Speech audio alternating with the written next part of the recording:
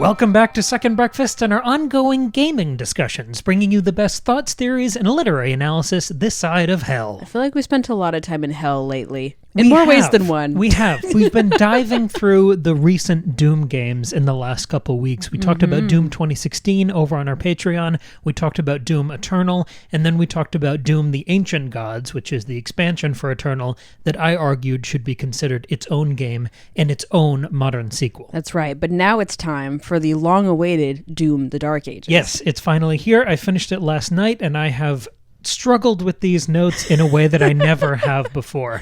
But this is the thesis, and I want to signpost everything real early in this discussion. Okay. Doom the Dark Ages is great when it's not reminding me of other games. Okay, because I was dogged by comparisons to Halo, Gears of War, God of War, and the previous Doom games, Eternal in 2016. And those comparisons were always unfavorable. So in this episode, in this discussion, I want to explore those comparisons, those contradictions, and find out what the Dark Ages does right. Okay, that sounds like fun. I know, it was really interesting because watching you play this, I knew you were so excited for this game. I was excited for you. Again, if you haven't been here, this is a game that I physically can't play because it makes me seasick, but I'm really excited by it and interested in it. And so every time I would check in with you and ask you how it was going, you were like, you like couldn't give me a good answer, and I was like, is it getting better? And you were like, so I'm excited to hear how you have translated the into words. It was incredibly difficult to make sense of my thoughts on this game. Like I mean, this is the fourth draft of my notes. I've never had to do that before. I felt so conflicted while playing this game, and mostly I didn't really like it. Even though on paper, and this is where the contradiction comes in, this is exactly what I wanted from the next Doom game. In so many ways. It has a stronger campaign focus. There's a grand sweeping narrative in a way that there's never really been before in this franchise. Cool. Okay. There are more levels and they're shorter, which is exactly what I wanted if you heard our previous discussions. There are so many new mechanics that are interesting. I love that Dark Ages medieval aesthetic so much, leaning into the fantasy with some sci-fi weaponry. You kind of get the best of both worlds. Right.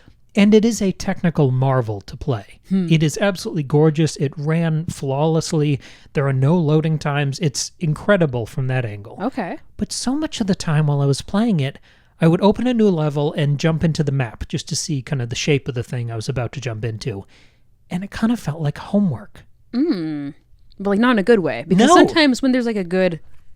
when there's a good like to-do list kind of thing of like checking things off, that can be really fun in a big game, but in this way it just felt like annoying. It kind of felt like a slog. About half the levels that opened up, I was like, oh man, I don't want to do this.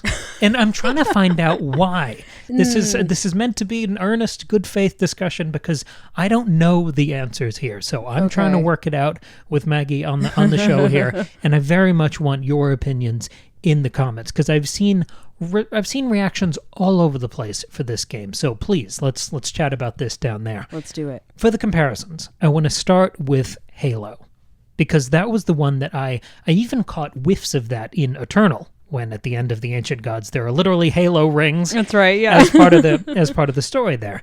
So there's an increasing amount of Halo in this game. And the things that I noticed off the bat that reminded me of Halo were, we've got a big sweeping narrative campaign. We've got a couple more memorable characters than usual. We've got a military backdrop, and we've got more ornate cutscenes. Okay. I think those are my surface level observations. Yeah.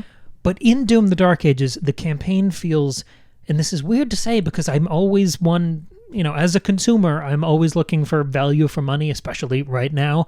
This campaign, as far as a narrative, feels slightly overlong.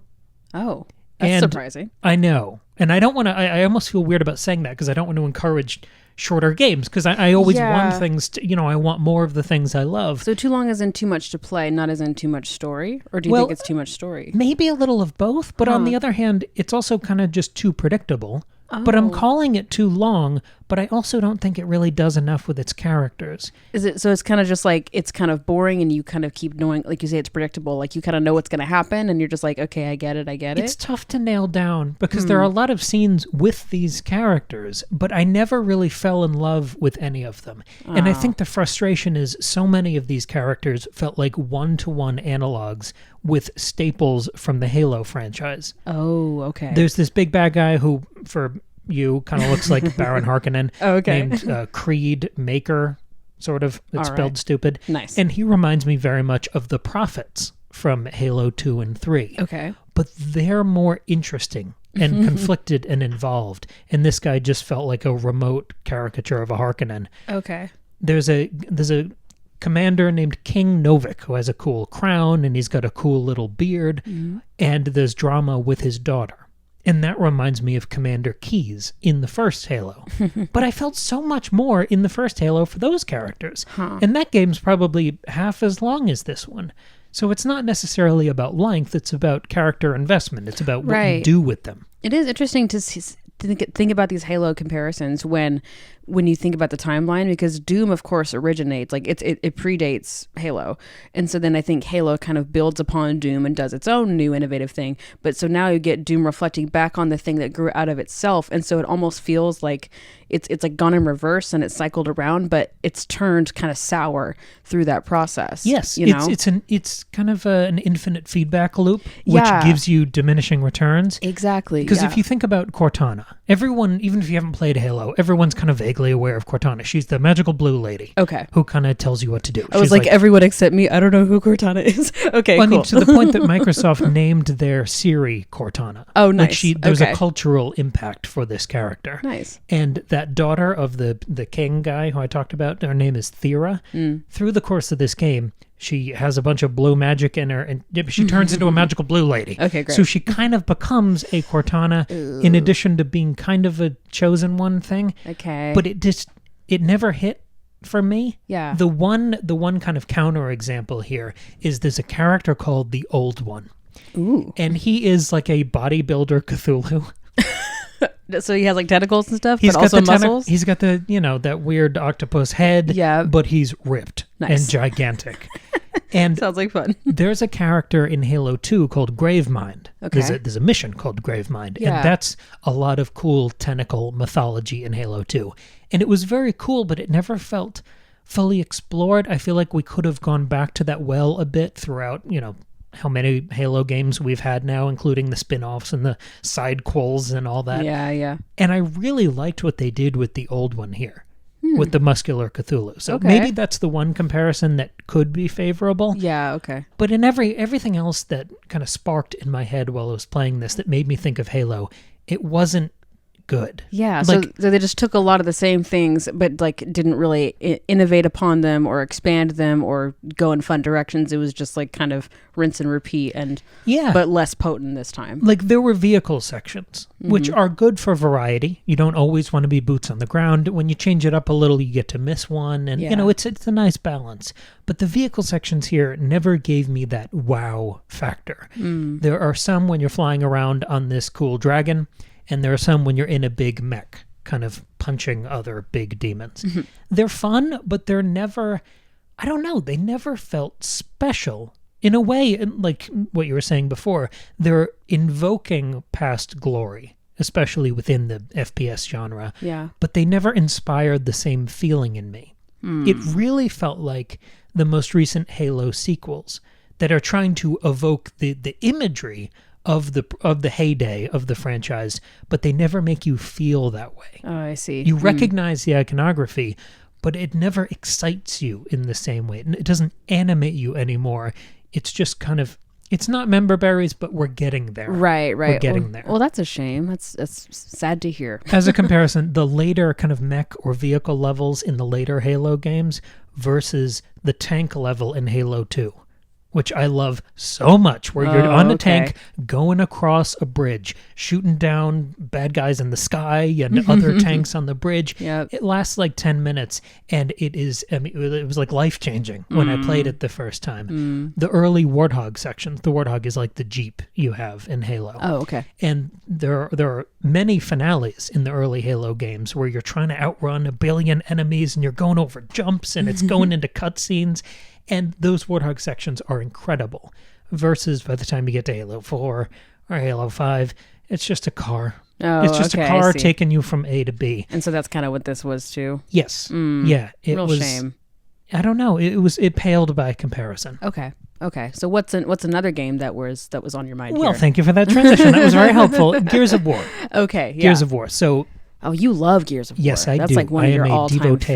faves. I mean, you love all of these games, but the way you talk about Gears of War is kind of different from how you talk about the others. So, and to oversimplify the comparison, I think that's a good way to sort of start these mini conversations. Okay. Gears of War is about big-booted, gruff killing machines. Yep. And the story is so over the top. It's got this beautiful operatic tone that I genuinely love more than any other story in any other game. Gears is my thing for that. Awesome. Because it hits this mythical melodrama that I've never seen another series match. What? None of that happens here, but it's going for the same thing. There are so many shots at the beginning of cutscenes where you see someone stomp into frame, and they've got those massive, just tons of steel, literal tons of steel on these guys and the armor, and they're clumping and clomping around. Right. But it never feels as invested. It never feels meaningful. There's not this like beating heart of story underneath it. And there doesn't have to be, but there are so many comparisons that it seems like it's inviting it.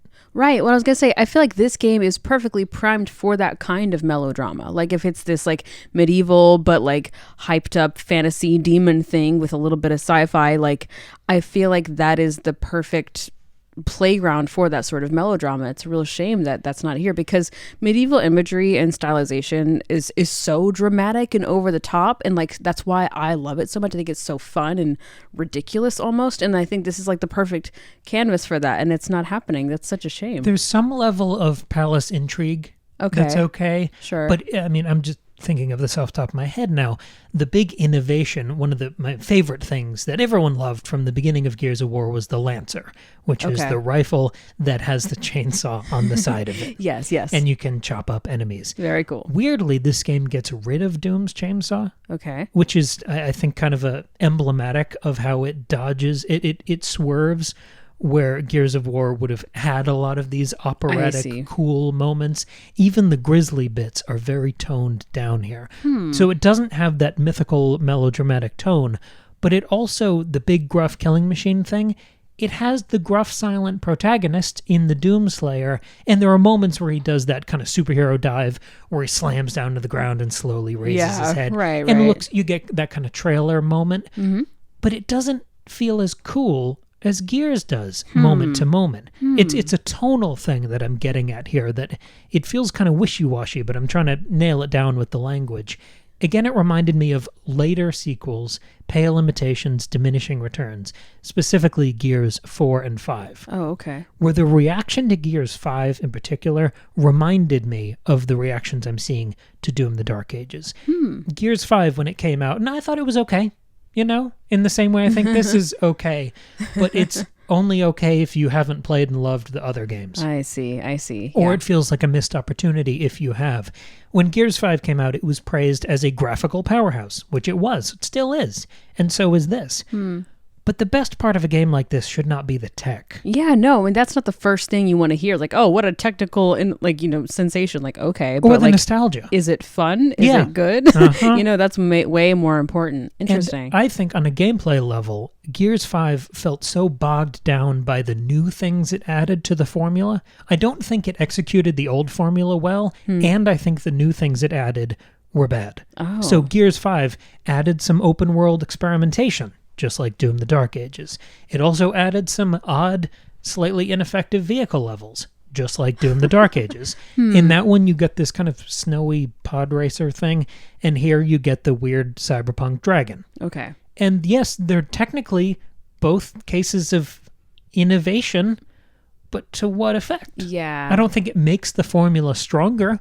It's variety, but going from good to bad is not the variety we're looking for. No, not so much. Huh. How strange. It evokes so much Gears of War imagery, but it never lands. And it never even feels cool, like a surface level cool in the way that Gears does. Based on what you're describing, it almost sounds like this Doom iteration is kind of losing its own Doom identity in the process of trying to sort of emulate and respond to other games that have happened in the interim. Is that true? Did you find that happening? I think that's an interesting observation, and that's why, I mean, we have one more we're going to talk about God of War, but then I'm going to talk about 2016 and Eternal. Oh, okay. Because I think the relationship it has with the previous modern Doom games is as interesting as these outside comparisons. Interesting. But, okay. I want to hit God of War first. I like that we're going to God of War next because that is a great example of a like technological innovation and amazing new thing, but done in such a good way that it only adds to and like helps accentuate the other good things of the game, which are the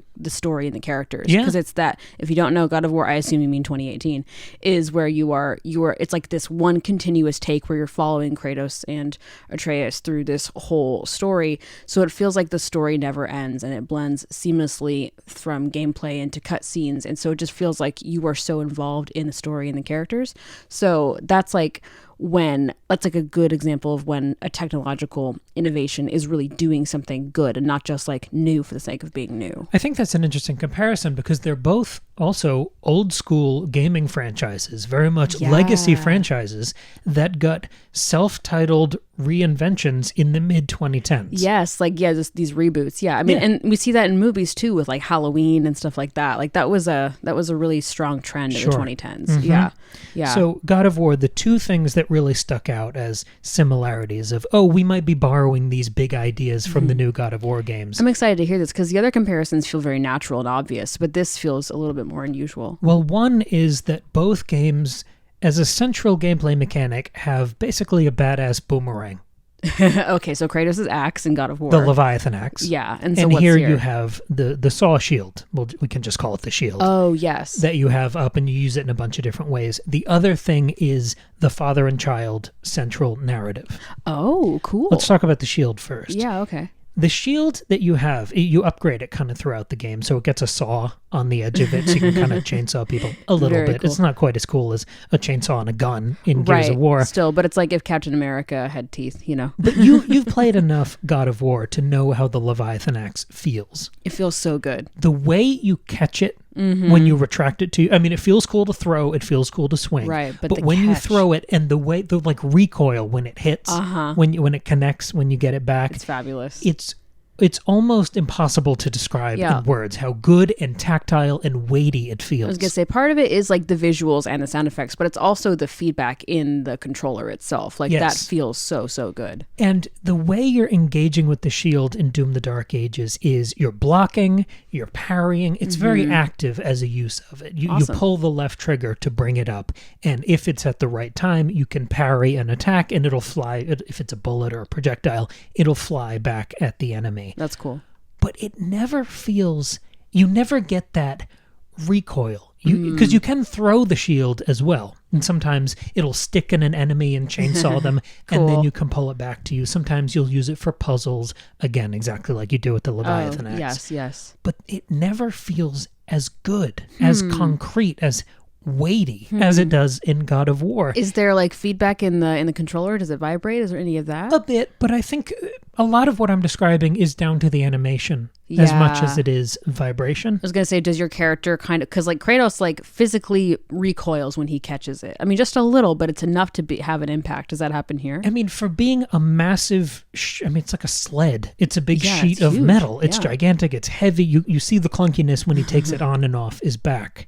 It feels weirdly floaty when you're playing with it. Well, that's not what you want. In combat, it doesn't feel crunchy or responsive. And when you're using it in puzzle solving, sometimes there are these blue mechanics. You can throw the shield at it. It'll rotate and it'll lift a platform or something. Oh, neat, yeah. There are many ways that you engage the shield in puzzle solving.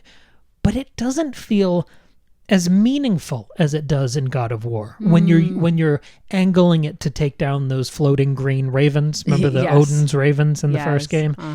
or when you're hitting the 3 bells or doing those little puzzles, it always feels weighty. You feel the gravity of the shield. Yeah, every throw of the axe feels important. It's not just like kind of haphazard. Even though you throw it many, many, many times, it feels literally weighty, your decision to throw it. And honestly, and I listened to the game most of the time I was playing. I had the headphones in, I was fully locked in. Yeah. Occasionally, if it was a big open world level, I would just have to go to an audiobook or something because I was just bored out of my skull. Okay. But honestly, and this isn't just cross promo, but it's also cross promo.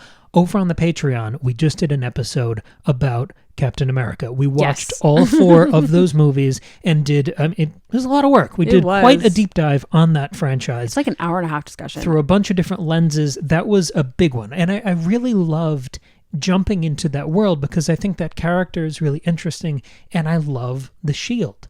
So I was perfectly primed going into Doom the Dark Ages. I was in the mood for Captain America stuff. I see. I wanted to play as Captain America. Yeah, that's right. And when you're in first person and the shield's taking up, a quarter of the screen, it should feel involved and tactile. When you're hiding, when you're blocking, it should feel like you're kind of cowering behind the shield.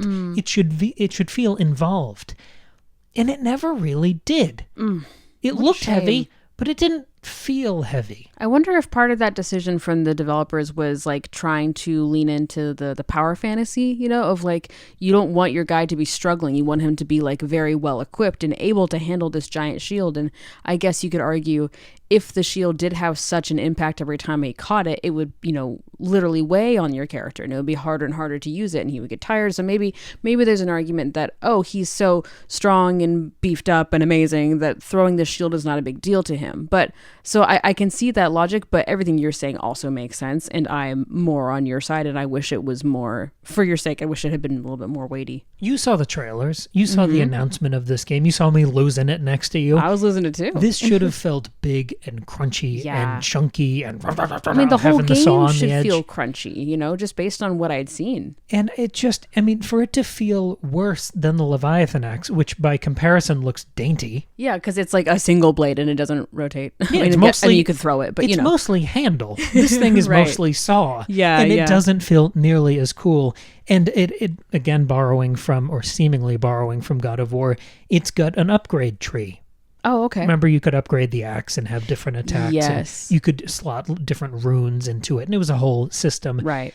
It just doesn't, I don't know. It never made it feel cool. I upgraded everything I could in the shield, and it never massively changed anything. Ugh. Sometimes it made it do a bit more damage, but it just never changed that central, almost intangible, ephemeral feel of a weapon in a game. Yeah, that's like a larger complaint I have about skill trees and abilities and stuff is like these like minor upgrades that you continually add to either your own skills or your weapons or gear that it never feels tangible or noticeable. And so it's like, yeah, maybe the course of 5 hours of playing, I've improved significantly, but I never noticed the whole way through. So like, what's the point? I really hate those like incremental increases in stats that don't feel significant or special. And kind of on that note, you have 3 different options for melee weapons. So you start off with this kind of spiked gauntlet where you can just punch or hit whoever's near you. Cool. And that felt okay. And then you unlocked a flail, like the Witch King. And that should have been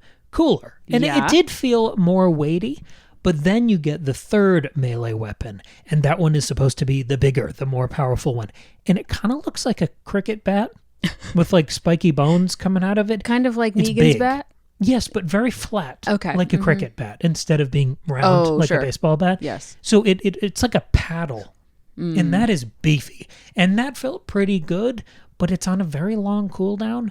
I don't know. It just wasn't part of my repertoire enough to feel like I was just beating down everyone in the room. How is a bat on a cooldown? Like you just swing it. Like what are you doing? At some point you gotta just accept that you gotta suspend disbelief for like melee cooldowns in games. It's just part of it. I guess you get tired, but you're just swinging a bat. If you can throw this shield over and over again, why can't you swing this bat? That's strange. Here's a weird comparison, and this one ropes in God of War and Gears of War. Okay, because both of those games, I'm talking about early Gears, I think it's 1 or 2. I don't exactly remember. You can tell me either one. I'm not going to know. In the original Gears trilogy, which came out forever ago now, yep. and in God of War 2018, there is a level set inside the belly of a massive monster. Yes. Remember in God of War, you're inside... I certainly do. I don't remember the name of the big... I think you're in the World Serpent. The World Serpent. Yeah, his name's like Yorman something. Dude, don't ask me. It's the World Serpent. Let's go with Yorman Thunder. That can't be Let's call him that. That can't be it. So there's a level set inside his belly. Uh-huh. And in Gears of War, you get swallowed by the thing you're fighting, and you have to fight your way out. Very cool. So God of War does it well because you're so invested in the mythology and the stakes of that creature. He's kind of a friend, but he's also kind of scary and prophetic. And he's been there for the whole game. And you're either on him or around him, or you see him in the background. And he's scary but important. And is he friendly? You're curious. Yes. Just on a plot level, it's exciting. And it becomes a highlight of the game. Not just because of the gameplay, but again, because of that story angle. I think some of my favorite parts of that game are when these mythological elements become literal. When we get to act, because it's like you think about the world serpent, and it's like, yeah, okay, that's how you kind of visualize your universe. But no, I'm actually going to look at the serpent and go inside it, literally. I think that's so cool. I love that game. And in Doom: The Dark Ages, it's much more. It's kind of just about gameplay. You're inside of it, and by the end, you blow up the heart, and that's how you escape. Okay. But in Gears of War, you're trapped inside this gross, fleshy beast with a chainsaw, and you have to find and cut open its arteries until you're literally drowning in blood as the rooms fill up with blood around you. That's in Gears of War? Yeah. That's so cool. It's incredible. Wait, so what creature are you inside in Doom: The Dark Ages? Just a big demon. Oh, okay. Or maybe it's the Cthulhu thing. I don't remember. They all blend together. The fact that you can't remember is telling, so. It doesn't hit on a gameplay level or a plot level. Yeah, because I haven't played God of War in 2 years, but I immediately knew, you go inside the World Serpent. Yeah. That's very memorable. That's interesting. I know. And I wanted, when it started, I was like, oh, one of these again. But I was trying to keep an open mind of, this is an opportunity. I've seen this done so well, so interestingly in the past. And it just didn't hit for me. To go to the Kratos-Atreus comparison, a lot of this central plot revolves around the dynamic between King Novik and Thera, the sort of Cortana lady. Oh, okay. That relationship for me never ever went beyond the surface. I'm not saying that the whole game in a Doom game has to be some tragic interrogation of parenthood like God of War 2018. Yeah, because it's doing a different thing. It's a different kind of game. Yeah. But for about half the game, Thera gets kidnapped and she's, the princess is in another tower. Sure, yeah. And King Novik almost never looks afraid. At the end, when we get her back, he looks, he's being very gentle and delicate and kind to her, but he doesn't really lose it. And run around like a chicken with his head cut off, raging and... Right. And you'd think in this kind of game there'd be a lot of pow, pow, pow rage. And that's where I want some of that mythical melodrama like I talked about in Gears of War, because I cannot think of a more emotional game. As fun as, the arteries and the blood and all that is in Gears, the character moments and deaths and tragedies that I remember from Gears are by far the highlight. And I think they're the most emotionally damaging moments I've ever played. Wow. And this just didn't hit on any of those angles. Man, that's a real shame. Another comparison is to Gears Judgment. I don't know why this just popped up in my head now. Okay. Because that was sort of a spin-off game. There was Gears 1, 2, 3, and then there was Judgment, and then there was 4 and 5. Oh, okay. So it was kind of a side story where you're following some kind of B-tier characters. So it was like a spin-off. Yes, okay. And I loved it because it kind of changed up the gameplay formula in sort of a risky way. Most people don't like it at all. Okay. It had shorter levels with kind of overt combat challenges. And that reminded me of Doom: The Dark Ages, because both of these games have a more arcade-like feel. It's kind of lighter. It's a little sillier. It's shorter levels. And there are optional side objectives here. There were moments at the end of a level when I get the screen telling me about all the collectibles I got in this Doom level. It would tell me about these combat challenges of, sometimes it's trick shots, or did you kill enough enemies this way, or kill 50 enemies with this one weapon. It was those sort of challenges. They kind of felt ignorable. Yeah. I wanted them to feel like they changed the gameplay experiences, but ultimately they kind of felt like a checklist buried in the menus. The gameplay modifiers in Gears Judgment, and that's what I was expecting going into this, they totally, tangibly changed the level. There would be a challenge about much less visibility for much higher reward in combat. And then you would start playing the level, and it would flood the whole zone with fog. Oh, wow. And you'd have these enemies running out with crazy up-close melee weapons and chainsaws out of nowhere, just breaching out of the fog. So it would make it not just harder, but more interesting. It would kind of shuffle or remix an element of the experience. And the thing that you did had an effect. Like, it had stakes. Yes, it was visible. Yeah. It was tactile. It was involved versus this kind of checklist of, oh, I forgot to kill 12 people with this one gun. Oh, no. So now I have to replay it? I don't want to replay it. It seems like the larger trend, and maybe you're getting to this, but the larger trend I'm identifying from everything you're talking about is a lack of stakes and things not mattering. And I mean that in these gameplay mechanics like you're talking about, but also I mean that in terms of story and in terms of just the world that you're in. Like, it seems like nothing you're doing in the game is really mattering all that much apart from just general progression of the game, because your characters aren't all that affected. Your gameplay doesn't change all that much. Even the stakes and impact of the shield aren't all that high. Like, it just seems like there's a lack of stakes, and so that's why it feels so floaty and meaningless. And there are moments that should matter in the story. Right. There's a moment where you die. I mean, you're killed by the boss, you can tell he's the main antagonist of the whole game. Sure. And you have to go to this kind of, what was it in the third Pirates of the Caribbean? Davy Jones' locker? The end of the world. You kind of have to go there. Yeah. And you're, instead of having a human face, you're just a skull, and you're all beat up and your flesh is like rotting off. Nice. And you have to fight your way back to the mortal realm. That sounds really cool. It does sound cool. But it's just another level, and then at the end you go back to the main game. What do you think might have made it feel more important? What do you think? I mean, you do the same thing in God of War. When you remember, you go to that, I forget the Svartal. Is it Helheim? Helheim. Yeah. You go there, you see the ghost, and you see those kind of ghosts here. Yeah. But there's more of a sense. I mean, that's where you find out in God of War about the relationship. Oh, yeah, there's a big character moment. Yes. A big reveal. You find out two characters are related, and you see kind of a projection of their past. And it ups the stakes even higher, makes what you're doing feel even more important. It makes the larger game feel more important. It's it's so beautifully done. There's a sense of purgatory and the afterlife and melancholy, and it feels like you're in this intrusive realm where you don't belong. You're not supposed to be there. And you're clawing your way back to the land of the living. Yeah, you want to get out of there. You really want to beat the level, not just to beat the level, but because you physically feel like, I'm not supposed to be here. I'm afraid right now. Yeah. And the cutscene of the Doomslayer skull was cool. And the idea of getting back to the mortal realm is cool.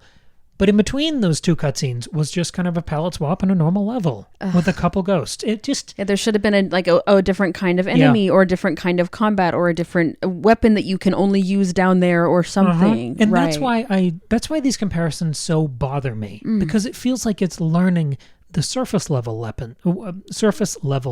lessons. You got it. Thank you. That's hard to or say. Kind of copying the homework, but not understanding it. Right. You don't understand why that's the answer. Because you're borrowing the ideas, you're borrowing the look, you're borrowing the character beats and moments, but none of it feels like it means anything. And yes, it's cool and fun to play, but it just feels like more. It's not hitting. Yeah. It's not like what I'm doing matters. You don't feel that investment. Yeah. So for the last two comparisons, I want to pivot back to Doom. Yeah, I let's want to go talk back about to 2016 and Eternal. Because you were so excited when you replayed Doom Eternal. Both of them. Yes, but mostly Doom Eternal, because you had said you didn't like it when it first came out in 2020, I think. And then on your replay in the past month or two, you really fell back in love with it. And I think all it did was hype you up even more for Doom the Dark Ages. So it seems like that is not the way that it went, and that's really disappointing. Well, it's the same way with Doom 2016, because I think I said this in the Eternal video. I don't think that any of these games are sequels. I think they are all standalone reinterpretations and reflections upon the original 1993 Doom game. Okay. Mm-hmm. Because when you play that original game, you can see, oh yeah, I can kind of see how they played with this element, modernized it and remixed it, and this is how you get Dark Ages, or this is how you get Eternal, or this is how you get 2016. Mm-hmm. But all those games are markedly different. When you hear that idea, and I think I've heard the game director say this, of we never want to make the same game twice. Yeah. They haven't. Yeah, that's they're great. Very different. And they're incredibly bold, and I want to praise that in amidst all of these unfavorable comparisons. Yeah, sure. But let's talk about Doom 2016 for a second. Okay. The two overt comparisons that I want to make here is the heavy metal score in 2016, which was a new element for the franchise. It hit like a train. Oh, it still hits like a train. Yes, sounds great. And having the game in 2016 when we were in the middle of the throes of the open world trend. Yes. And everything was getting bigger and broader for the sake of it. Yes. Doom 2016 had a lot of simpler, shorter levels that occasionally made you crisscross back and forth the level, which it gave it some level of complexity, but it was still pretty efficient. You weren't wasting a lot of time backtracking. It would just kind of layer some objectives on top of each other. Okay, yeah. So you were kind of rewarded for having to go back. Like yes, it was yes. it was intentional. It wasn't just look how much world we built. Yeah. It was a constant system of reward. Nice. But also with an eye to, let's not waste anyone's time. Yes. Let's have fun, get in, get out. Yeah, cool. But here, in Doom the Dark Ages, to start with the music. So they lost to Mick Gordon. There's a whole controversy there, and Mick seems to be in the right. He's the composer? Yeah, for Doom 2016 and Doom Eternal. Okay. Incredible work. They don't have him for Doom the Dark Ages. That's a shame. And my sympathy to anyone who has to follow in the footsteps of Mick Gordon. Sure. But the music is infinitely weaker here. And even weirder, the sound mix is markedly different than it feels in 2016 or Eternal. How so? Well, the score that's worse is much quieter in the mix. Oh, so they're like, don't pay attention. It's fine. Just pretend it's not there. So I went into the settings because, the music in Doom game is part of what amps you up. Yeah, it's part of that adrenaline want power it booming fantasy. in your ears, yeah. So I made that louder, made Okay. everything else quieter. Okay, The problem isn't the volume. I mean, the mixing is bad. sure. But the problem is the music. Because so often, and I'm a metal guy. I don't really talk about that much on the show, but Yeah. I am steeped in metal. Cam loves metal. Especially this kind of crunchy, riffy metal. Yeah, Doom. It's literally called Doom metal. Exactly. That's my favorite subgenre. So what are we doing? Okay. So often, the music in Doom the Dark Ages reminded me of a faulty lawnmower. Oh, And dear. every time I thought about it, it became more and more symbolic of my experience and feelings about the game because the music would rev up and then kind of fail or stall out. It would start and stop. It was straining, but never locking in, never kicking into high gear. It's just like edging the whole time. Or it would just kind of end weirdly when something Yeah. else happened. Oh, dear. It didn't flow the way that a game score needs to. Yeah. It definitely exacerbated the problems I had with the pacing of the gameplay and the story. Oh, that's so disappointing. It was just weak. I mean, I even think about like Final Fantasy 16. That score is like going for it the entire time. Yes. And like maybe like to an artistic detriment, but I don't care I because don't think so. it's so fun.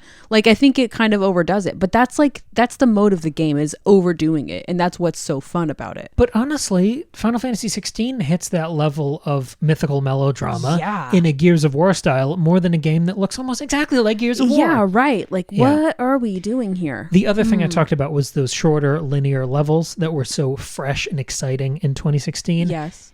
Here, in Doom the Dark Ages, the more linear levels, which are about half, those are a joy. Okay. I actually really liked those. Okay. And some of the kind of medium-sized ones had that kind of crisscrossing where you'd walk past a gate and it would have a picture of a blue skull on it or Okay. a big pink key. Nice. And it would say, when you walked up to it, it would say like, you need the blue skull, open Yes, the fucking you door. gotta come back. So Yeah. go play the game and come back. Yes. And that was exciting because Yeah.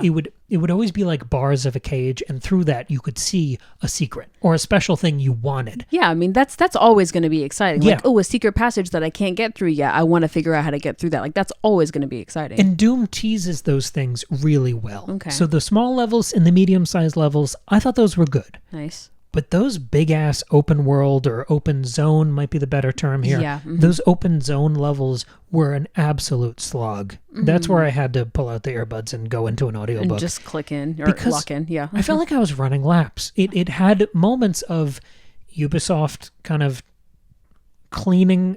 I mean, it felt like cleaning. It felt like chores where you're running through the open world and just checking everything off the list. I have to go find this. I have to do this secret. And almost like in Diablo. I was going to say like in Like Diablo, Diablo 3, 3. trying to clear the map. It's called Yeah. like the fog of war, Yeah. where the whole map is shrouded, but the more you move around, the more you uncover. But you like, because of the way it's designed, you kind of have to go through the whole thing to Yeah. make sure you get everything. That's why Yeah. I felt like I was running laps. But then you end up backtracking and it's like so annoying. Yeah. Because even though the secrets were marked on the map, so I knew, if I just care about picking up all the gold so I can upgrade my weapons, I know that they're generally over here. So there are large sections you don't have to walk through, But I figured, I don't know, there might be something there. There might be a combat puzzle. I don't know. Yeah. And I wanted to try it all. So I just ended up running laps through this level, all of these levels. And that usually delightful collectathon element of Doom, it just kind of became like spread out chores. Ugh. I didn't like it. It very much soured me. And those would be those moments where I would jump into a new level and the plot was kind of ramping up and I would click on the map, open it up, and it would just be this massive thing with objectives in like the four corners. And I knew it was just going to be an ocean of nothing in between. Oh, that's so disappointing. Like until you get to the next like exciting plot beat. Is that what you mean? Man. Yeah, it wasn't done well. And then when I got back to those smaller levels that were more linear, that were more bottlenecked, I was so excited. Yeah. And those worked so much better. Even the medium ones worked better, but those big ones, I just thought they were a mess. Man, that's a real shame. So, the last comparison we have to make here, before we talk about Doom the Dark Ages on its own terms, is my favorite. Okay. My pride and joy, my Doom Eternal. Yes. The big comparisons, the overt comparisons between this and Dark Ages, they both give you, as the player, multiple big evolutions in oh shit buttons. Nice. This is a term that I came up with a couple weeks ago when we started phrase, this. Yeah. They also evolve the traversal options you have, how you move around the level, how you control the Slayer, and they have a new emphasis on combat arenas. Okay. Doom Eternal had a lot of those big open spaces. Everything was round. Every time you opened the map, it was another round thing. Like a Halo. But it was cool. Sometimes yeah. it would put like monkey bars in the middle of a level. Oh. Just so you could dance and bob and weave. Well, that sounds like fun. It is fun. Yeah. Doom Eternal is a lot of fun. Oh, wow. Go play that one. Imagine. Okay. But here, in Doom the Dark Ages, there's such a weird... it very much feels like a step back or a consolidation. Not just in the difficulty of the experience, because Eternal is much harder than Doom the Dark Ages, but in mechanics as well. They both play with this idea of, okay, we have a lot of oh shit buttons. When we overwhelm you with demons, when we flood the screen with enemies, you have a couple buttons you can hit. The Y button, for example, in most Doom games is the BFG, which among the fandom is big fucking gun. Okay, yeah. And that one, you get like one or two shots. It's not something with a lot of ammo. It's like Jack Sparrow's pistol. Okay. But when you shoot it, it blows up everything on the screen. Nice. That is a good oh shit button. That's just to classic. like kind of clear it and like get yourself oriented, Yes. give yourself a moment. And you develop this instinct of, when I'm truly panicked, I know to hit the Y button. Yes. And that's the ultimate oh shit button. Okay. Eternal gave you about 40 other oh shit buttons because Awesome. it was constantly overwhelming you with demons. Okay, cool. And the way that changes in Doom the Dark Ages, and this is as interesting as it is not fun to play, it's all about the shield. Okay. So all of the options you had in Eternal are basically consolidated into the shield. You have the Blood Punch, which is just a cool melee. Yeah. where Sorry, you this click- is Dark Ages? Yes, You in said the new Eternal. game. You said Eternal. a second Yes, ago, I'm just sorry. clarifying. In the That's Dark good. Ages. Yes. The shield replaces everything that was all across different buttons and covering half the controller in Eternal. Oh, wow. Okay. So instead of the Blood Punch, which is an upgraded melee, instead of the Grenade or the Cryo Freeze, which like ices enemies, instead of the Dash, which you had in Doom Eternal, Yes, you told me about that. Yeah. all of those things are now within the shield.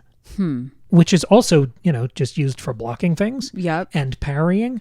But if you pull the left trigger, which Yeah. equips, it pulls the shield over your face, Okay. it'll then give you an option. If there's an enemy 20 feet away from you, you can hit the right trigger like you would to shoot a gun. And you zoom across the level and bash the enemy. Cool. That takes the place of your dash, though. You don't have a standalone dash. So you have to dash have with the shield. Okay. In the same way you don't have the Grenade, the Blood Punch, the Cryo Freeze, any of the other oh shit buttons. You do all that within the dash, within the shield, Yes, that you're using for blocking and parrying as well. So like, so you kind of like equip the shield with a trigger, and then you can select a command based on. No, you just pull the left trigger. It's just one thing to block stuff. You hit the left bumper to throw the shield. Oh, but okay. everything's consolidated within. You have a problem? Figure Use out a the way to solve it shield. with the shield. Okay. Which is interesting because it means that that one button does a great deal of work across multiple core systems of the game. Yeah, yeah. And that is impressive design. And it works in practice, but compared to that more of involved combat dance of Yeah. Doom Eternal, it feels very passive. Like I say, it sounds like you don't get to make many decisions. Like No. it's just like, just use the shield. Like, Yeah. right? Like you're not saying, okay, well here I want to use my dash. Here I want to use the cryo freeze. Instead it's just use the shield. Yes, you know? Okay. because the amount of control you had in Doom Eternal, it was incredible. It felt like nothing I've ever played before. And all of that's gone here. You don't have the ability to dash. Your dodging is it's just about parrying. If you see something green flash on the screen, you pull up the shield and then you just kind of slow-mo out of the way. Okay. But there was nothing slow about Doom Eternal. Yeah, it shouldn't be slow. You were dashing, you were dodging, you were double jumping, you were slamming 3 or 4 oh shit buttons at the same time. All of that is gone here. The game, Doom Eternal gives you more to do. It gives you more responsibilities, but it also makes you feel so much more in control of what your character is doing. It's the agency. This kind of strips you of your agency, and then you don't get to be the involved player. You're kind of just letting it all happen to you while you kind of click a couple buttons. When it would throw 2 incredibly difficult mini bosses at you at the same time, put a couple monkey bars and put you in a room that's like the size of a prison cell and put a couple monkey bars in there, you knew, okay, I have to jump and dash and dodge and wait for the right moment to attack, and in between that I'm going to bounce around the level on the monkey bars. That's hard, but there's clear visual direction almost immediately. You can read, there's a readability to that combat space almost instantly, and it's empowering. It's a challenge that empowers you to use all of your tools all the time. You always feel like you're in control, and combat in Doom Eternal feels expressive, responsive, exciting in a way that it never, ever does in Doom the Dark Ages, because all of those tools were necessary. I need to chainsaw enemies to get more ammo. I need to do X to get more health. I need to do Y to get more armor. I have to play the game to play the game. Versus here, where there is still some complexity, but it really feels optional now. If the new mechanic is dodging and parrying, you're very rarely forced to dodge or parry. There's like 1 or 2 enemies where you need to reflect an attack back at them to make them vulnerable to normal bullets. But you're kind of just blocking or turtling if you want to. Yeah. It really felt optional now. And consequently, I spent a lot of the time just leaning on the triggers. I would parry stuff when I wanted to, but I was mostly just doing a lot of shooting. But it didn't feel fun either. The shooting felt worse because I was never worrying about ammo. I was going to say, again, it's coming back to what you're doing doesn't matter. Like, there aren't stakes to the actions that you're taking. It's like, well, I can shoot for a bit, but I'm never going to run out of ammo, so who cares? Like, I'm in a moment where I need to use an oh shit button. Well, it's just the shield like always, so like my decision making here doesn't matter all that much. Because I talked about in Eternal, there would be enemies with plasma shields, so you had to equip your plasma rifle because a couple slugs from that would blow them up. And it wasn't just that was kind of a shortcut to getting through that combat encounter quickly. It was that you had to switch to that gun because you had almost no ammo for anything, and you had almost no time before everything else was ripping and tearing at you. Yeah, so you have to make a quick decision and do that necessary thing. Otherwise, there are really big consequences. So again, the stakes are really high. And there are a couple enemies with metal shields where if you shoot the shield enough, it heats up. The metal heats up. It's warm. And once it's bright orange, you can throw the shield at it and they'll explode.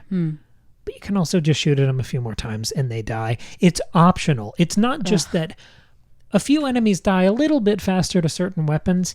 It's that you are never really forced to swap weapons. Because the ammo economy is not an issue anymore, you're never forced to swap. You're not really forced to optimize which weapon to use in a circumstance. You don't have to improvise, where you're like, oh, I have three rockets left in my rocket launcher, and then I'm just down to punching things. Those that oh shit kind of feeling that you had in Doom Eternal, it's just not here anymore. That's such a shame. I mean, it feels like I kind of understand the mentality of, oh, well, we want there to be multiple ways to play the game. We want there to be multiple ways to defeat an enemy, to get out of a situation. Like, it's fine if there's not like one solution and that's it. I like that flexibility and freedom, but again, that should add to your player's agency and not take away from it. It's like they kind of went too far in that direction. So now it was like, nothing really matters, I'll just shoot until it goes away. Like that's disappointing. I felt like I had to kind of make my own fun. Like the game, there are sliders. To the game's credit, there are sliders in the menus where you can change basically anything. And you can ramp it up. You can you can basically create your own difficulty. I do like that trend in games That's now, great. where you can really adjust based on your own ability and preferences and, feelings for that day. That's nice. But I think those limitations that games like Eternal give you are so much more investing and exciting. Yes. And it's difficult to tune. We've talked about that with difficulty before. Of course, yeah. But I just felt like there was very little of that here. The last note of comparison I want to make between Eternal and the Dark Ages is about glory kills. So if you remember, that's where you shoot an enemy enough times in any of these games and they start glowing a certain color. So you run up and you click the melee button and it cuts to an animation of you killing them in a gory and exciting cool way. Yeah. Awesome. Those were the big new innovation in 2016. They flash orange and it's kind of clunky. There aren't that many animations. In Eternal, they're so much more dynamic. There are so many more of them and you have to use them all the time. Awesome. Because you need the ammo, you need the health. That's right. You have to do them. So you're constantly seeing these cool, badass animations. The glory kills in Doom the Dark Ages, they're still present technically, but they're optional.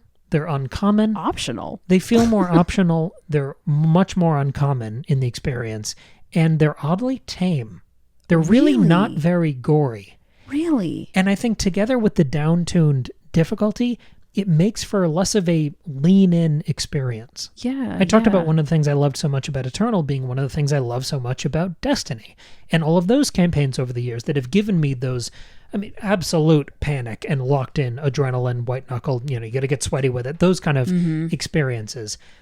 I didn't get any of those here unless I made them for myself. I had to go in and change the difficulty during the final couple bosses because I wanted that experience. I wanted to be more pushed and tried. Yeah. So to its credit, it let me calibrate those things. That's great. But I also had to pull out my headphones, open Spotify, and listen to the score of Doom 2016 to feel anything. That's not good. That's not a good sign. And when I finished the game, the story was good enough. I liked the way it wrapped up, actually. I think it was a nice, complete story. And I know there's going to be some DLC or expansion. I don't know if it'll be at the level of the Ancient Gods. I imagine not. Yeah. But I am interested for that still. Okay. So I still felt satisfied and I liked the ending. But I also kind of felt relieved. Ugh. And the second I finished Doom Eternal, I immediately dove back in. Yeah. And I played it multiple times. Right. And that's like the opposite of what happened here.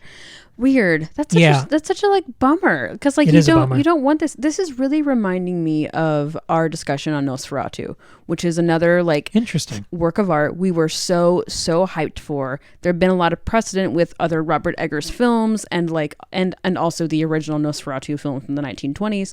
And then we watched it and we were so let down, and we had, I think, a really hard time figuring out why we were so let down, and it took us a while to really get our thoughts in order, and then we had a really long discussion about it, and I still don't have a clear answer of, this is why it wasn't good, but I think or why it didn't work for us, I should say, but I think honestly, the common theme between Nosferatu and what you're talking about with your experience here with Doom the Dark Ages is just like a lack of stakes, things not mattering. That's kind of what it felt like in Nosferatu was like, all this stuff is happening, but it looks cool. It looks really great, but I'm not really invested in the characters. The score is fine, but there have been other scores in Robert Eggers films that have hit harder. The acting is fine, but there have been acting performances in other Robert Eggers films and with these same actors in other movies that have been better. Yeah. The script is all right, but like I feel like nothing matters all that much. I don't really find Nosferatu himself all that scary or creepy. There's been all this hype about, Bill Skarsgård said this was the most evil thing he'd ever done, blah, blah, blah, blah, blah. Ripped his vocal cords to sound and deeper it older. Just sounded like a guy going whoa whoa. Yeah. And so that is the biggest similarity I'm seeing here, and that's like honestly it's like that's more disappointing than if this game had been absolute shit. Do you know what I mean? And there was no chance it was going to be absolute shit. The team is way too talented for that. Well, but right. I think something that people pointed out in the comments of that episode was the danger of hype and expectation and comparison. Yes. So I wanted to kind of rally that into this discussion. And for the conclusion here, I want to talk about this game on its own terms, without the constant comparison to the other things. Right, because maybe that's not fair. Maybe that's not how we should always be judging or evaluating or interpreting something. And lest we forget, I didn't like Eternal the first time I played it. That's right. Yeah, you really didn't like it. Yeah, to address and kind of avoid or outgrow or I don't know, somehow graduate escape beyond the comparisons and the presumptions. Yeah. To just talk about it on its own terms, Doom the Dark Ages is uneven and messy and fun. And I'm incredibly grateful for its success because single-player FPS games are my bread and butter, and this one's doing very well. So that's good for everyone. That's good for the industry. That's good for every other FPS that's being pitched at every other studio where they say, we don't want to do multiplayer shit. We don't want to do a live service that never ends and nickel and dimes players. We want to tell one story in 10 to 20 hours and get the fuck out of there. Yeah. This is good for that. Yeah. And it's not a bad game. It's only bad, and this is the weird part of all those comparisons, it's kind of only bad when you compare it to other games. Yeah. If I handed this to someone who had no experience with Doom, I bet it would blow their mind like 2016 did to me. I was going to say, I wonder about that too. When you've got these people, we've got game developers making sequels, installments and franchises. They've got to always be thinking about first-time players because even you, was your first Doom experience, was it with the 1993 Doom? No, I wasn't born. It was 2016. Right. It was 2016. I dabbled in the original games, but the first one I clicked with and finished was 2016. Well, exactly. And so you were new to the franchise then. So that was your first Doom game. And so maybe somebody who's 10, 20 years older than you who played the original Doom might have had some similar thoughts on Doom 2016. Well, I don't like this new thing. It's not giving me the same feeling that it gave me in 1993. Like, I understand that. So yeah, I do wonder how each of these new installments feels to a brand new player and how much the game developers are thinking about that when they make these. Again, I think that's part of that ethos, like you were talking about, of that the team has said that we don't make the same game twice. Like, we want to always be changing it and doing something new. And so I do wonder what somebody who's never played Doom might think about this game. And as a now longtime fan, more than 10 years or right about there, loving this franchise, I think it's just hard to adjust because this is yet another, possibly arguably unnecessary reinvention of the 1993 Doom, where they're all pulling different aspects and accordioning them out to being a whole game. And I think a safer, less adventurous, less ambitious. Ambitious. Oh, me, I'm ambitious. Less courageous studio would have cranked out 3 or 4 Doom 2016s. Yeah. Or 3 or 4 Doom Eternals. And they would have been, we're the hardcore puzzly FPS now. Mm-hmm. But this is another reinvention in the same way 2016 and Eternal was. So I can't go into any of these expecting them to be like any of the other ones. Of course not. And I really creatively respect their commitment to innovation. But I think that this formulation of, reinterpreting the original Doom is the weakest one they've come up with. Okay. Because in Doom Eternal and Doom the Ancient Gods, because those two are the most alike, one of them's just an expansion of the other, yeah. All the gameplay systems they introduce and hone and refine, they work together so often, so much better. You get a flow state in a way you don't in the other games. It becomes this symphony. It's satisfying. It's complete. It's empowering. In Doom the Dark Ages, everything felt so piecemeal and jagged and volatile and kind of like a rough draft. Or it was fun and cool, but it didn't hit. It didn't flow. I never locked in. Yeah. I don't know. Yeah, I know what you're saying. I've sort of a question as a way to wrap this up. Okay. Oh, and this was more of a challenge to myself than everyone else, but please answer down in the comments if you have a thought here. I was trying to ask myself, what is this game? Without qualification, what is Doom the Dark Ages? And I think I have an answer here. Okay. Feel free to jump in. Okay. This is a Doom game with more story, with less difficulty, less complexity, and an unabashed emphasis on cool factor and power fantasy. Those moments where the camera rises up, those kind of trailer moments, they happen every 20 minutes. Oh. And it is fun. That's great. I do love that. And there is a relentless, admirable variety to this gameplay. Oh, that's nice. Where I'm kind of sick of the on-foot levels. Boom, I'm on a dragon. Yeah. And I'm dashing around this world, and then I land on this cool ship, and I have to jump in there and go blow something up, get back on the dragon, or I get to be in a big mech. Everyone's calling those levels like Rock'em Sock'em Robots. Oh, okay. And it's fun. Okay. And I loved dancing between those 3 types of levels. The new mechanics, the new skills, the new weapons, the new enemies that are doled out at a really good pace. I love the distribution of those things. There's always something new to play with, and it looks cool. Even if it doesn't play that exciting, it's fun to get a new toy and play around with it. Yeah. And instead of we give you all the toys halfway through and then the rest of the time you're just trying to optimize, you get new toys throughout this experience. Oh, that's cool. And a quick shout out to a specific mechanic. When you have, like, there's a weapon. There's a weapon and it has skulls in it.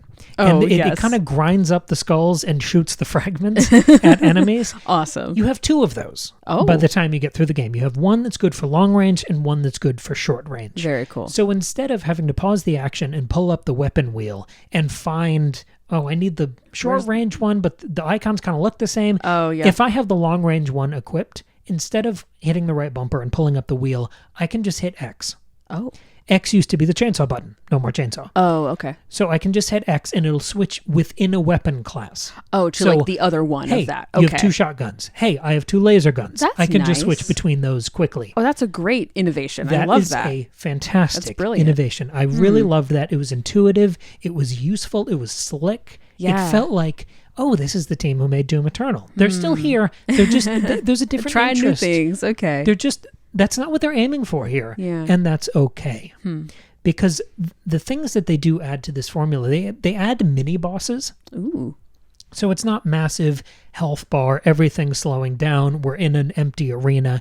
It would be in the middle of a firefight, some big ass thing with a sword and a chainsaw and it's on all 4s and I don't even know what the fuck it is. One of those would jump out and start killing me. Nice. And as I whittled down the health, right before I killed it, I would go in for a glory kill. It'd start flashing purple. I would have to get closer and hit the melee button. And I would shove my gauntleted arm into its chest and rip out its heart.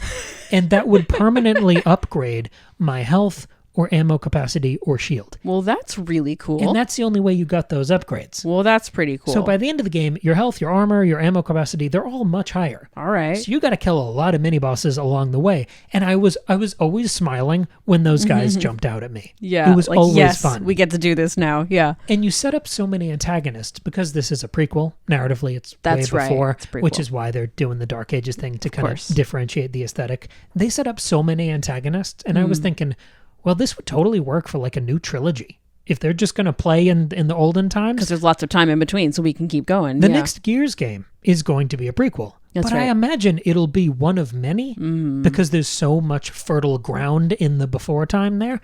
And I was thinking, okay, one of these guys is going to be a Drinkmore Ovaltine, and we're going to set it up for the next game, and I'm totally fine to keep chasing him.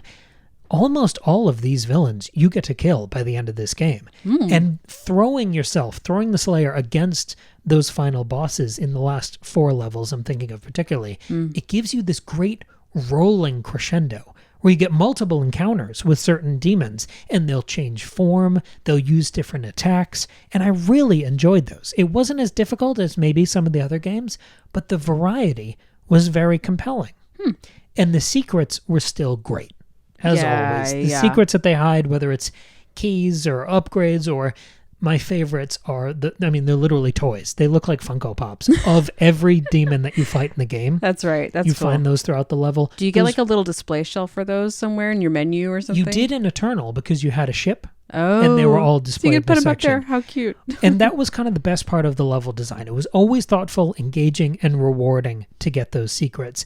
And I loved how achievable it was. I could get almost every achievement on the first playthrough versus other open world games where it's a lot of clutter, a lot of padding, a lot of busy work, a lot of play through the whole game again for one more achievement. And do it one more time because now you have this new thing. Yeah. This didn't feel like that. Okay. So ultimately, Doom the Dark Ages is still a great Doom game. It's a great, fun ride. It's 22 chapters of heavy metal carnage. Maybe you put on some of your own metal, and you can just rock out to it. But I really think that it is stuck in the inescapable shadow of its peers. And in the light of those peers, whether it be 2016, Eternal, Gears of War, God of War, or Halo, in that light, Doom the Dark Ages looks remarkably pale I see. Yeah, that's really interesting. What I'm so impressed that you played through the whole thing, even though you were not having a great time. I'm so impressed you did the bare minimum to discuss the game. I just mean that like we didn't have to do an episode on this, and I kept saying, hey, we don't have to, but you're like, no, I want to play it. I want to like really get an understanding of it, and I think that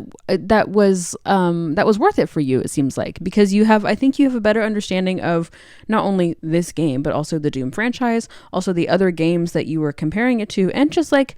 I mean, I think anytime I play a game that I love or don't love, I learn about games and I learn about myself as a player, and I can more easily discern what I like and don't like. Because, like, I feel like, maybe I'm just getting personal here, but I have felt so new to games the past few years that I have like no idea what I like.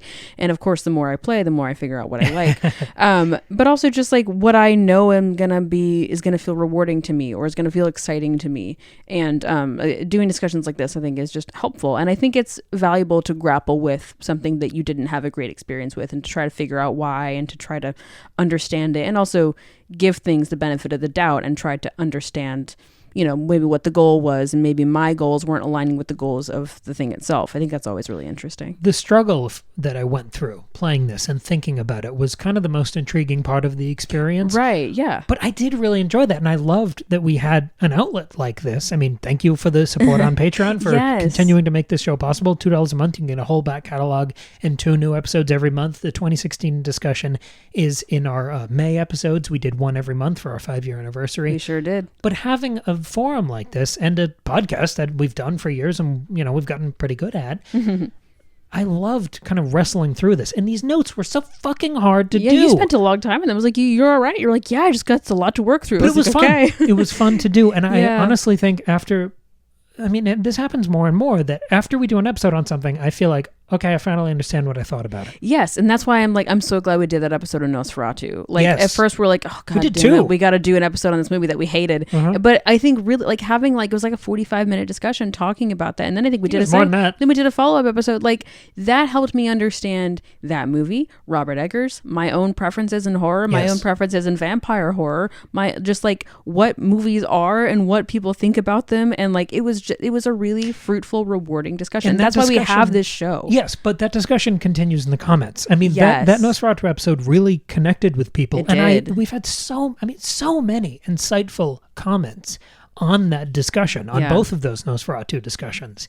Yeah. I mean, that's the goal of the show. It's not for us to say, I recommend this or I don't. It's this is good or this is bad or here's my star rating. We did a whole episode about why we don't reviews. Go check that out. But like, yeah, it's just for the discussion. It's just to keep talking about things and to try and understand things better and better, knowing that we will never fully understand or have answers to anything. And I've still got the bug. I'm not making any promises for doing future episodes, but I still want more Doom. So I just downloaded to the Xbox. I downloaded Doom 1, 2, 3, and Doom 64. So cool. I'm running through the old classic games. If there's anything to talk about, I'll probably do an episode on those. Okay, cool. Excited to hear about that. Doom the Dark Ages. Wow, this is so much fun. Quite a curveball. Truly, yeah. Well, if you like, if you like horror, let me tell you all. Of course, we have that episode on Nosferatu, but much more importantly, as we're getting into summer now, we are bringing back our Summerween series, which is all about horror, because of course, summer is terrible and scary because it's so hot and disgusting. So, in an effort to sort of make us think about fall and lovely in the seasons that are superior to summer, we are talking about horror all summer long. So this is, of course, I think we can count this as a horror discussion, but more true horror is coming your way this summer, so stay tuned for that. But even more importantly, if you like sci-fi, what's the what's the most famous beloved weapon in Doom? Of course, like you said, Maggie, just then, in that silence, you were mouthing it to me, the super shotgun. Of course, the super shotgun. And can you think of any other sci-fi tinged stories that have a shotgun as a major element? You know, it might be Lemon Tarts in Space, Cam's latest book. It is such a wonderful time. I recommend you check it out. It's a light sci-fi dark comedy. It is Alien meets Monty Python. It is silly. It is wild. There are crazy weapons and shotguns and hair dryers, and there are scary aliens that you have to defeat, and there's friendship and big intense moments of drama like you were talking about. Lemon Tarts in Space is a delightful experience. You can read it as a regular book or check out the fully produced audio drama. bulletproof guarantee. It is the funniest sci-fi cancer comedy you'll ever read or listen to. I think that is very true. You can check it out via the link in the description. Thank you all so much for listening and for commenting and for your support of the show, especially on this nice lengthy episode. We'll catch you here in just a few days with another brand new episode.